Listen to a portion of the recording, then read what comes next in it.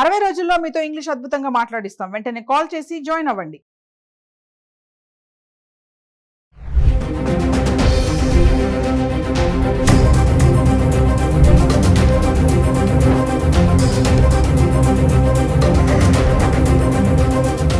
Hello viewers, welcome back to Suman TV. ప్రస్తుతం మనతో పాటు ఉన్నారు 20 ఇయర్స్ నుంచి అమెరికాలో ఉంటున్నటువంటి ఎంఎన్సీ ఎగ్జిక్యూటివ్ వీరభద్ర సార్ గారు. సార్తో మాట్లాడండి. నమస్తే సార్. నమస్తే. సార్, అమెరికా వెళ్ళాలి అనుకునే వాళ్ళకి, అక్కడ వెళ్ళి హ్యాపీ లైఫ్ ఉండాలి అనుకునే వాళ్ళకి మనం ఒకసారి ప్రికాషన్స్ గురించి మాట్లాడుకుందాం సార్. చాలామంది అక్కడికి వెళ్ళిన వాళ్ళు కొంచెం జంకు, భయము, షై అనుకోవాలా, అంటే తెలిసిన వాళ్ళు ఎవరు అక్కడ ఉండకపోవడం, మనుషులు ఎవరు కనబడకపోవడం వల్ల కొంచెం వాళ్ళకి అదొక ఇన్సెక్యూరిటీ ఫీలింగ్ ఉంటుంది. సో ఒకసారి ఈరోజు ఈ వీడియోలో ఒక ప్రికాషన్స్ సార్, అక్కడికి వెళ్ళాలనుకున్న వాళ్ళు ఉండే వాళ్ళకి. ప్రికాషన్స్ అనండి, లేక ప్రిపరేషన్స్ ఎస్, ఇవి రకరకాలు ఉంటాయి. నేను వీలైనంత మటుకు కవర్ చేస్తాను అంటే వెరీ బ్రాడ్ లెవెల్. ఇప్పుడు స్టూడెంట్స్గా వెళ్తున్నారు అనుకుందాం. స్టూడెంట్స్ అంటే ఇక్కడ ఆల్మోస్ట్ వాళ్ళు అండర్ గ్రాడ్యుయేషన్ కంప్లీట్ అయిపోయి కార్ డ్రైవింగ్, 4-వీలర్ డ్రైవింగ్ వచ్చిన వాళ్ళు అయి ఉంటారు. Good number of them. 100% అలా ఉండకపోయినా ప్రాబ్లీ 75 to 80% కిడ్స్ వాళ్ళు డ్రైవింగ్ వచ్చు వాళ్ళకి. సో వీళ్ళకి అంతకుముందు యుఎస్లో సీనియర్స్ ఉంటారు, చుట్టాలో లేదంటే వాళ్ళ కాలేజ్లో సీనియర్సో వాళ్ళ ఫ్రెండ్స్లో మొత్తానికి దెర్ ఇస్ ఎ నెట్వర్క్. వాళ్ళది వీళ్ళు అడుగుతూ ఉంటారు, విషయాలు నేర్చుకుంటారు. కానీ మనం అబ్జర్వ్ చేయాల్సింది ఏంటంటే వీళ్ళు అడిగినప్పుడు వాళ్ళు చెప్పేది ప్రాబబ్లీ 10% మాత్రమే నిజం, మిగిలినంత షుగర్ కోటింగ్ ఉంటుంది. మీరు సినిమాల్లో చూసేది అమెరికా కాదు. జస్ట్ లైక్ మనము RRR is not India, right? అది ఒక సినిమా, అదంతే. సో మీరు సినిమాల్లో చూసేది కాదు, మీ ఫ్రెండ్స్ చెప్పేది ఓన్లీ 10% మాత్రమే నిజం. Actual facts on the ground are different. అది ఎవరు చెప్తారు మనకి? దానికి ఇప్పుడు యాక్చువల్గా సింపుల్ చెప్తాను నేను. పలానా అడ్రస్ ఉంది అని అమెరికాలో ఒక అడ్రస్ మీరు గూగుల్ మ్యాప్స్లో వేశారనుకోండి, వేసి దాన్ని మీరు గూగుల్ స్ట్రీట్ వ్యూ వెళ్ళి చూడొచ్చు. మీరు ఎగ్జాక్ట్లీ ఆ లొకేషన్ ఎట్లా ఉంటుంది, మీరు 360 డిగ్రీ తిప్పితే అది చూపిస్తుంది. అది మీకు ఏ ఇల్లు ఎలా ఉంది, ఎంత లోపలికి ఉన్నాయి రోడ్ నుంచి, లేదంటే ఎంత రోడ్ దగ్గర ఉన్నాయి, మీరు అన్నీ చూడొచ్చు. మీరు లిటరలీ ఆ ఇంటి లోపలికి వెళ్ళేంత ఛాన్స్ ఉండదు, కానీ మీరు ఆ ఇళ్ళన్నీ చూడొచ్చు, మీరు ఆ కమ్యూనిటీని చూడొచ్చు మీరు. So you can do a lot of homework. అవతల వాడు చెప్పిందే మనం గొర్రెలాగా విని నమ్మాల్సిన అవసరం లేదు, ఒకటి. రెండోది, చాలామంది అక్కడ ఉన్న వాళ్ళు ఈ దోస్తానాల్లోనూ వీళ్ళు ఏంటంటే ఏం లేదురా మన హైదరాబాద్ లెక్కే, అలా మన ఇండియా లెక్కే. దయచేసి అది నమ్మద్దు. ఎందుకంటే ఇక్కడ రూల్స్ రెగ్యులేషన్స్, ఇక్కడ మనకి పద్ధతులు లేకుండా మన జీవితం ఉంటుంది. ఫుట్పాత్ మీద బండి ఎక్కించేసి దింపేసిన రకాలే అందరూ. ట్రాఫిక్ లైట్ మీద ఎన్నడూ ఆగడం మనకు అలవాటు లేదు. అక్కడ జీబ్రా లైన్కి అసలు అర్థమే లేదు మనకి. కానీ అమెరికన్ సొసైటీలో నీకు ఒక ఆర్డర్ ఉంది, అక్కడ కొన్ని రూల్స్ ఉన్నాయి. ఎవరైనా రోడ్డు క్రాస్ చేయడానికి నిలబడితే నీ ఎంత పెద్ద వెహికల్ అయినా, ఎంత రిచ్ వెహికల్ అయినా సరే, ఆ క్రాస్ చేసేవాడిది రైట్ ఆఫ్ వే అని ఉంటుంది. మీరు క్రాస్ చేయని వాళ్ళు. అట్లనే అంబులెన్సెస్ కానీ ఎమర్జెన్సీ వెహికల్స్, అంటే police vehicle as long as police light వేయనంతసేపు it's like a normal car. వాడికి నువ్వేమీ స్పెషల్ ప్రిఫరెన్స్ ఇవ్వక్కర్లా. నువ్వు వెళ్తుంటే వాడు వెనకొస్తాడు, అంతే ఉంటుంది. వాడు లైట్ వేశాడు అంటే మాత్రం you have to give them the way. ఇవ్వకపోతే పెద్ద పెనాల్టీస్, పెద్ద టికెట్స్ వస్తాయి. ఓకే, అట్లనే ఇక్కడ నేను చూశాను చాలామంది డ్రైవింగ్ చేసేటప్పుడు ఈ టర్న్ ఇండికేటర్స్ ఉంటాయి కదా, ఆ లైట్ వేయంగానే వీడికి ఏదో హక్కు వచ్చేసింది, అంటే వెనక వాడు ఆటోమేటిక్గా 100 స్పీడ్ నుంచి 0కి వచ్చేస్తాడు. వీడు లైట్ వేసాడు కాబట్టి వీడిదే వెళ్ళిపోవడమే. 100 స్పీడ్లో వస్తున్న వీడి లైట్కి ఆగాలి కదా, ఆ డిస్టెన్స్, ఆ నోటిఫికేషన్. సో మీ లైట్ ఏంటంటే you're notifying the guy coming in the next lane that hey నేను చేంజ్ చేస్తున్నా. ఆ సఫిషియంట్ నోటీస్ ఇచ్చి మీరు మూవ్ చేస్తే it is secure for you, it is secure for them. అక్కడ ఏంటంటే ఇట్ డజంట్ మ్యాటర్. మీరు లేన్ చేంజ్ చేస్తున్నప్పుడు ఇట్ ఈస్ యువర్ రెస్పాన్సిబిలిటీ. ఇంకొక వెహికల్ వస్తుంది, మీరు లేన్ చేంజ్ చేశారు, లైట్ వేసినా సరే యాక్సిడెంట్ అయితే యువర్ రెస్పాన్సిబుల్. ఓకే, నేను లైట్ వేసా కదా, లైట్ వేయడం కాదు నాన్న, you have to observe oncoming traffic వస్తుందా. ఇవి కొన్ని ఉన్నాయి. అట్లనే మాకు అక్కడ ఈల్డ్ అని ఒకటి ఉంటుంది. Hmm. గ్రీన్ లైట్ ఉంది, you have to make a left దగ్గర మేము ఆగుతాం, రైట్ మాది ఫ్రీ. ఇక్కడేమో మనకి రైట్ దగ్గర ఆగుతాము, లెఫ్ట్ ఫ్రీ ఉంటుంది. సో ఈల్డ్ అని ఉంటుంది, which means on coming traffic వస్తున్నంతసేపు వాడిది రైట్ ఆఫ్ వే. ఓకే, మీరు లెఫ్ట్ టర్న్ చేయాలి, ఈవెన్ దో మీకు గ్రీన్ కనిపిస్తుంది, అయినా ఈల్డ్ అని ఉన్న చోట మాత్రం మీరు left turn on coming traffic ఆగినప్పుడు, సేఫ్గా ఉన్నప్పుడు, సేఫ్ డిస్టెన్స్ ఉన్నప్పుడు మీరు లెఫ్ట్ టర్న్ చేయొచ్చు. నేను లైట్ వేసా కదా, నా గ్రీన్ ఉంది కదా అని వెళ్ళిపోదా, కుదరదు. ఆ ఈల్డ్ అనే మాట ఇండియాలో ఇక్కడ పుట్టి పెరిగి ఇక్కడ డ్రైవ్ చేసిన వాడికి తెలియదు. ఎవరు చెప్తారు నీకు? సో ఈ పిల్లలు ఎవరైతే ఇక్కడ 75-80% అన్నాను కదా ఇండియాలో డ్రైవ్ చేసిన వాళ్ళు, వీళ్ళకి కొంచెం ఉత్సాహం ఉంటుంది. అమెరికాకి రాగానే ఆ రోడ్స్ మీద డ్రైవ్ చేయాలి అని ఇంటర్నేషనల్ డ్రైవర్స్ లైసెన్స్ తీసుకొని వస్తారు. ఈ స్టూడెంట్ లైఫ్లోనే ఎవరో నలుగురో ముగ్గురో కలిసి ఒక కారు కొనడమో ఏదో చేస్తారు మొత్తానికి. చేసి చలో అనా నయాగరా పోదామా, లేదంటే ఇంకొక పార్క్ పోదామా, ఇంకొక లాంగ్ డ్రైవ్, అదొకటి ఉంది కాన్సెప్ట్ మనకి ఇక్కడ. అక్కడ మాకు అన్నీ లాంగే కాబట్టి లాంగ్ డ్రైవ్ లేదు, మాకు డ్రైవ్గానే వెళ్తారు. వెళ్ళినప్పుడు వాళ్ళు సేఫ్గా ఎలా ఉంటారు హైవే మీద? ఒక 16 వీల్ వస్తుంది, ట్రక్ వస్తుంది, వాడికి ఎంత దూరం నువ్వు వాడికి నోటీస్ ఇవ్వాలి, అసలు వాడిని ఫాలో అవ్వాలా అవ్వకూడదా? ఎవరు చెప్తారు నీకు? ఫస్ట్ అది నేర్చుకోండి వచ్చి. Try to embed in American society, try to learn about the society, local standards, local norms, local culture, local values. మనం అనుకున్నది అది అమెరికా కాదు, మనం అనుకున్న దాంట్లో 1% కూడా నిజం లేదు.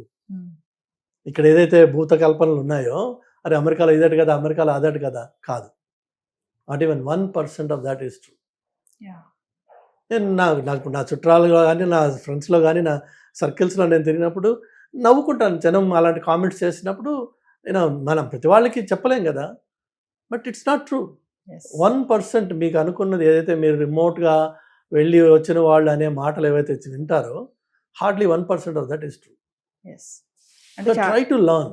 చాలా స్ట్రిక్ట్ ఉంటుందా సార్ ప్రతిదీ కూడా? ఏది లేదు, ఏది స్ట్రిక్ట్ ఉండదు. ప్రతి వాళ్ళు మీకు రెస్పెక్ట్ ఇస్తారు.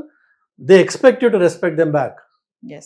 మీరు ఎక్కడ స్టోర్కి వెళ్ళినా డోర్ ఆటోమేటిక్గా స్లైడింగ్ డోర్స్ అయితే మీరు వెళ్ళిపోండి, కానీ పట్టుకుని తీసే door expect that others will hold it for you. మీ రంగు కలరు, మీరు ఇప్పుడు వచ్చారా అప్పుడు వచ్చారా అది ఎవడు వాడికి తెలియదు. ఇంకొక మనిషి వస్తున్నాడు, వాడు మీ మీకోసం డోర్ పట్టుకుంటాడు. మీరు ఆ డోర్ పట్టుకుని వాడికి థ్యాంక్స్ చెప్పాలి ఒక స్మైల్ తోటి, and then you hold it for the next guy. అంతేగాని దాన్ని వదిలేస్తే వాడు ముక్కు పగులుతుంది, వాడికి అది తప్పది. ఒకటి పద్ధతి అది. అలానే జనరల్గా అక్కడ రోడ్డు మీద నడిచే అవకాశం ఉన్న చోట ఎవరైనా ఎదురుపడ్డప్పుడు you try to avoid eye contact. ఎవరి పనిలో వాళ్ళు ఉంటాం. But if you do contact చేస్తే వాడు ఒక కస్టమరీ హే వాట్సాప్ అన్నారు.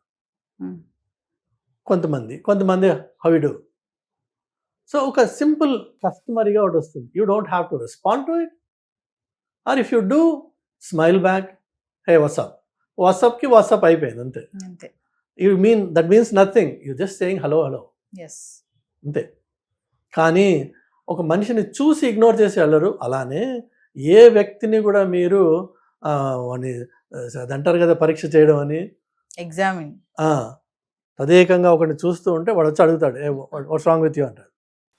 అలానే మనం కారులో వెళ్తుంటాం కదా, పక్క కారులో తొంగి చూడాలు, వాళ్ళు ఏం చేసుకుంటారు మనకు అనవసరం, అది మనం చూడకూడదు, పద్ధతి కాదు. మైండ్ యువర్ ఓన్ బిజినెస్ అని చెప్తాడు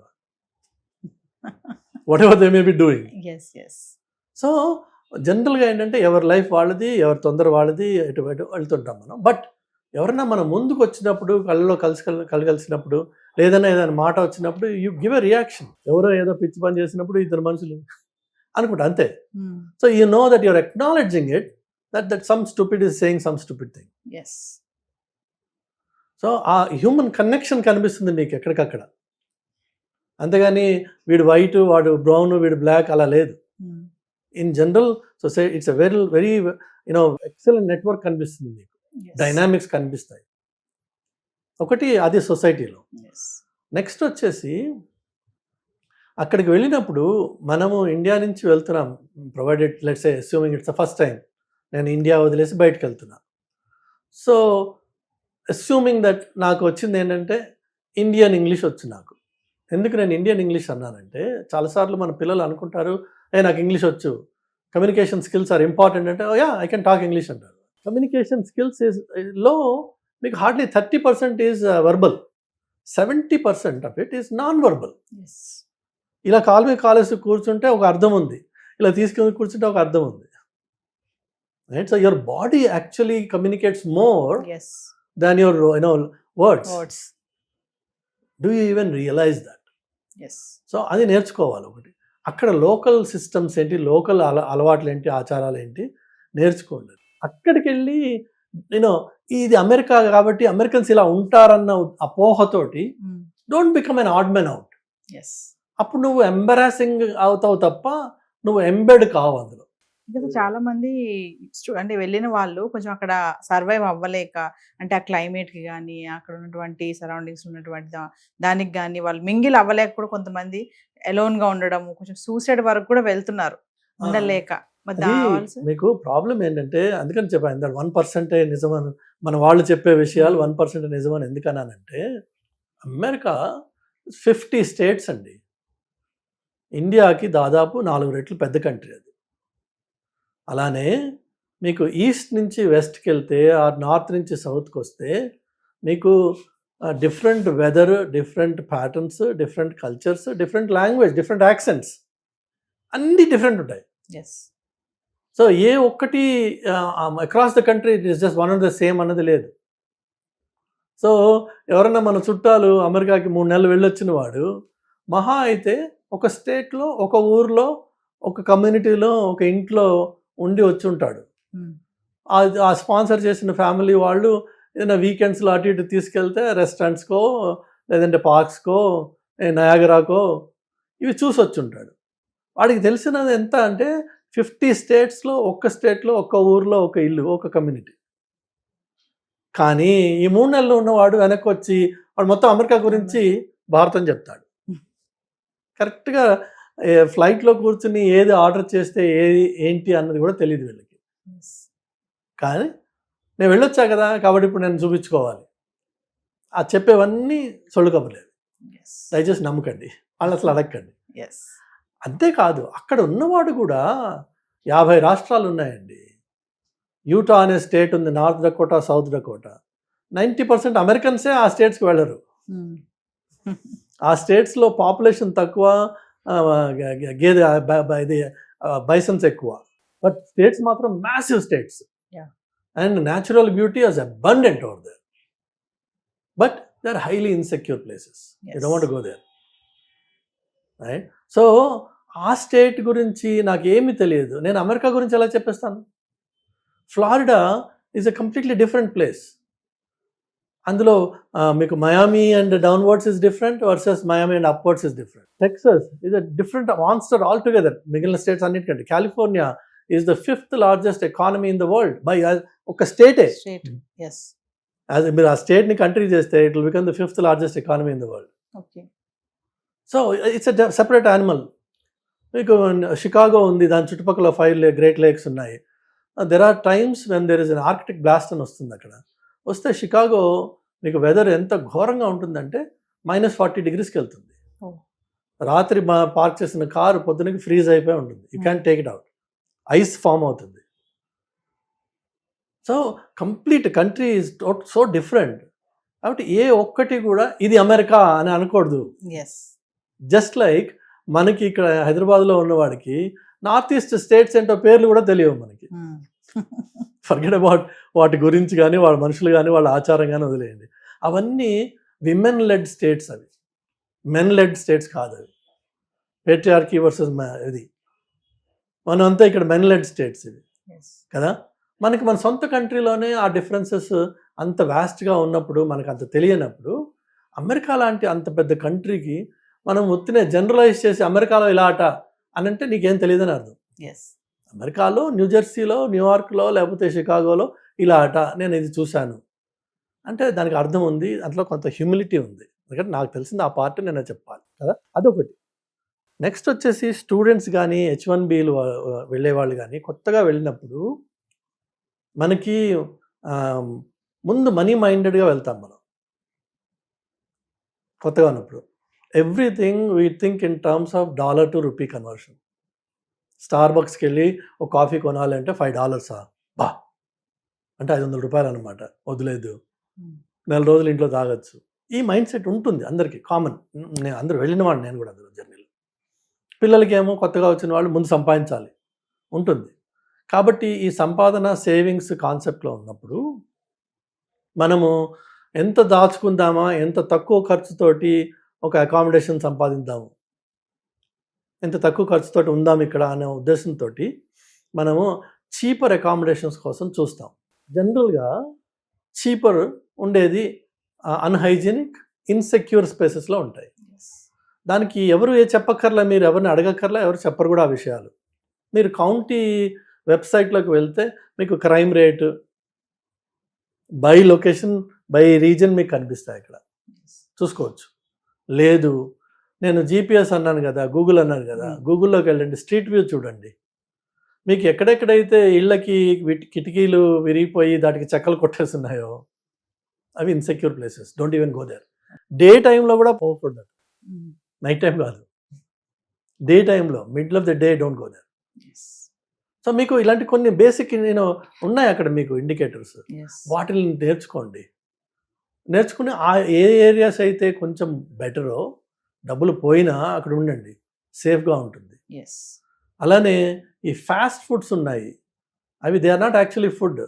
మెక్డానల్డ్స్ ఇలాంటి చైన్స్ వాళ్ళు అమ్మే చికెన్ కాదు అది అసలు. యాక్చువల్గా సూపర్ టేస్టీగా ఉంటుంది, కానీ అది చికెన్ కాదు. వేరే ఇంకొక స్టోర్ ఉంది, అది వాడు అమ్మే ఐటమ్స్ ఉన్నాయి, they are not at all organic in nature. అది ఆర్టిఫిషియల్ ఫుడ్ అంతా అది. ఓకే. సో అది ఏమవుతుంది, మనకి over a period of time we start getting sick, all sorts of complications వస్తాయి. అమెరికన్ ఫుడ్స్ యాక్చువల్గా చాలా కొన్ని అక్కడ తినేవి 32 యూరోపియన్ కంట్రీస్లో బ్యాండ్ అవి. మేము తాగే పాలు కాదు అసలు అది. నిన్న మా ఫ్రెండ్ అంటుంది, ఇక్కడ 20 రోజులైనా ఈ పాలు ఏంట్రా పగలవే ఉంటే అంటుంది, అది పాలు కాదు కాబట్టి. So that's the life that Americans live. And we chose to go there. So let's try to learn what it is. అలాంటి పాలు దొరకవా అంటే దొరుకుతాయి. మీకు డైరెక్ట్గా ఫామ్కి వెళ్ళి తీసుకొస్తే నాన్ పేస్చరైజ్డ్ ఫామ్ మీకు మిల్క్ దొరుకుతుంది, ఇంటికి తెచ్చి వేడి పెట్టి తాగొచ్చు. But it takes effort. స్టోర్స్లో ఆ పాలు అమ్మరు అనమాట.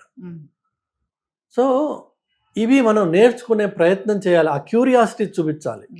వాట్సాప్లోను ఫోన్లోను వెళ్ళిపోయి వెళ్ళిన ఫస్ట్ 2 yearsలో ఇండియాతో ఫోన్లు చేసుకుని అమ్మ ఇలా ఉంది, అమ్మ అలా ఉంది, ఇదేంటి స్విచ్ పైకంటే ఇక్కడ ఆఫ్ అవుతుంది, ఇక్కడేమో ఇండియాలో మనం స్విచ్ కింద కంటే ఆన్ అవుతుంది, అక్కడ కింద కంటే ఆఫ్ అవుతుంది.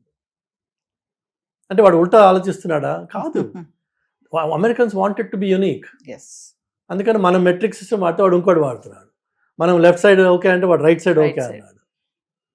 అట్లీస్ట్ వాళ్ళు ముస్లిమ్స్ లాగా ఉల్టా రాయలేదు, వాళ్ళు మళ్ళానే రాస్తున్నారు. But they wanted that uniqueness right from the beginning. So ఆ యూనిక్నెస్ వాళ్ళు కంటిన్యూ చేస్తున్నారు. అలా అని చెప్పి నువ్వు ఆ కంట్రీకి వెళ్ళి వాడిని గేల్ చేయకు. చాలామందికి ఇది ఒక రోగం ఉంది. అక్కడికి వెళ్ళి దాన్ని గేల్ చేయడం ఏంటి? అక్కడికి వెళ్ళి నువ్వు అబ్జర్వ్ చేయి, నేర్చుకో, బాగుంది ఓకే, బట్ అట్లీస్ట్ ఇక్కడ ఉన్నప్పుడు అది ఫాలో చేయి. నీకు నచ్చలేదు, గో బ్యాక్ హోమ్. ఎవరు నేను పట్టుకుని గట్టిగా ఇక్కడ ఆపలేదు కదా, నువ్వేగా వచ్చావు. You chose to come here, it was your choice. And then you respect whatever happens there.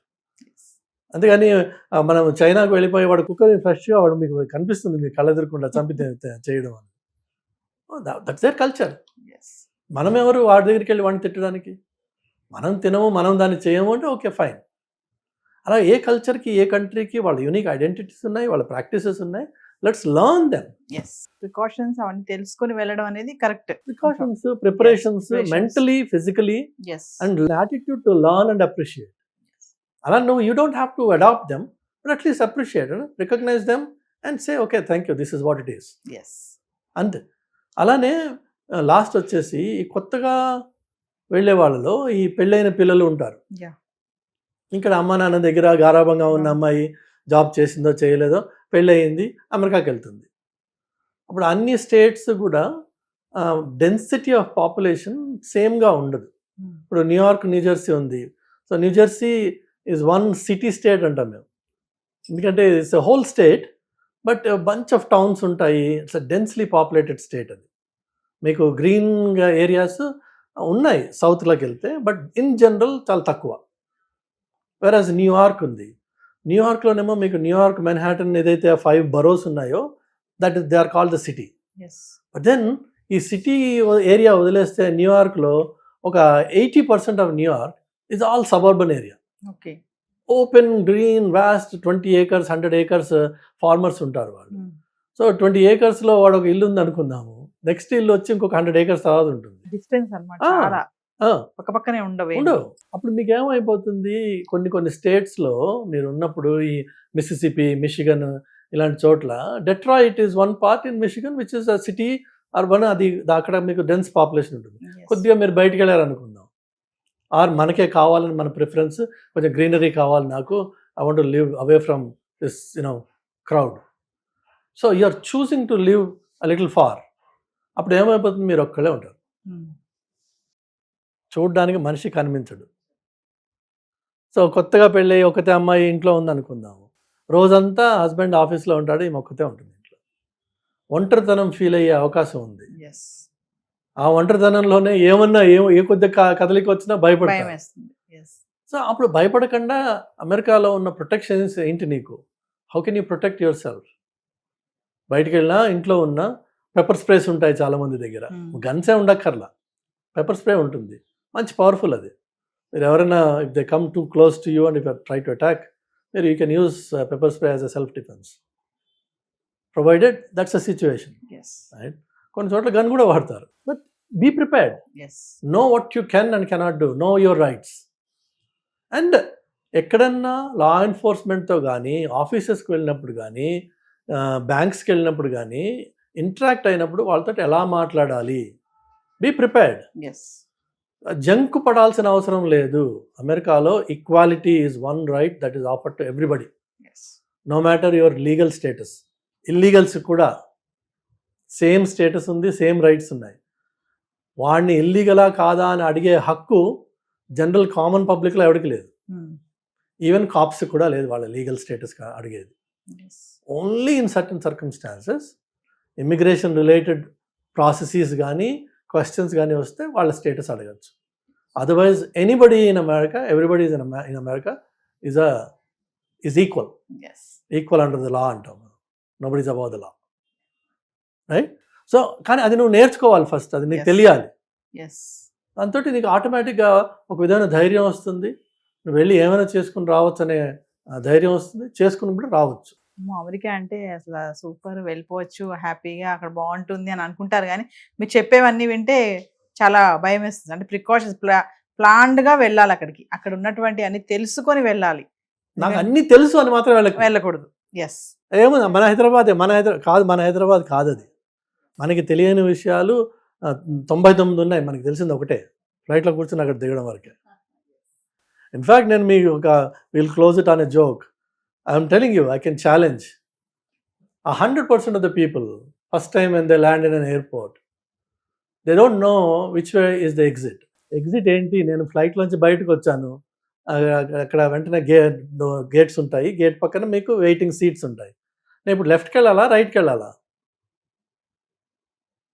What is exit? US ఎక్కడ మీరు యూఎస్ అనే కాదు, any international airport, any airport exit అని ఎక్కడ మీకు సైన్ ఉండదు. సో నువ్వు అది ఫస్ట్ నేర్చుకునే ప్రయత్నం చేయి. ఎగ్జిట్ అని ఎటు వెళ్తే నేను బయటకు వెళ్తాను. నెక్స్ట్ ఇప్పుడు టర్మినల్స్ అని ఉంటాయి, ఏబిసిడి టర్మినల్స్ ఉంటాయి.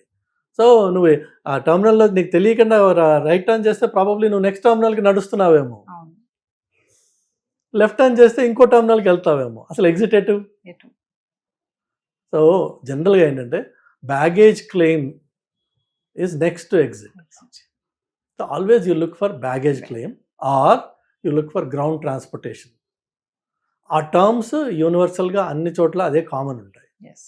కొన్ని పెద్ద పెద్ద ఎయిర్పోర్ట్స్లోనేమో మీకు లోకల్ ట్రైన్ ఎక్కి వెళ్ళాల్సి ఉంటుంది, కొన్నిట్లోనేమో వాక్ వేస్ ఉంటాయి. But finally everybody that wants to exit an airport is looking for a baggage claim or ground transportation. మీ దగ్గర చెక్ ఇన్ బ్యాగేజ్ లేదనుకోండి, మీరు డైరెక్ట్గా గ్రౌండ్ ట్రాన్స్పోర్టేషన్కి వెళ్తారు. చెక్ ఇన్ బ్యాగేజ్ ఉందంటే ఆ బ్యాగ్ తీసుకుని బయటకు వెళ్తారు. బట్ మనకు అది తెలియదు విషయం, ఎగ్జిట్ బోర్డ్ ఎక్కడ రాసి ఉండదు. ఇది సింపుల్ నేను చెప్పేది, ఎందుకంటే చెప్పేది ఆ సింపుల్ విషయం కూడా మనం నేర్చుకోకుండా అక్కడికి వెళ్ళిపోయి గాబరా పడిపోయాం అనుకోండి, మీకు తెలిసిపోతుంది అవతల వాళ్ళకి, చూసే వాళ్ళకి, పర్టికులర్లీ మన కస్టమ్స్ వాళ్ళకి, వాళ్ళు చూస్తాడు నయా బకరా ఆయా, ఎస్. వాడు కూడా అంతే, వాళ్ళు కూడా చూస్తారు నయా బకరా ఆయా, వీడు ఏం తీసుకొస్తున్నాడు, భయపడుతున్నాడా, వీడు ఏమన్నా డ్రగ్స్ తీసుకొస్తున్నాడా, లేదంటే ప్రొహిబిటెడ్ ఐటమ్స్ అన్న తెస్తున్నాడా, ఎస్. వాళ్ళు అందుకని ఆపి అడుగుతారు, are you carrying any food items అంటాడు.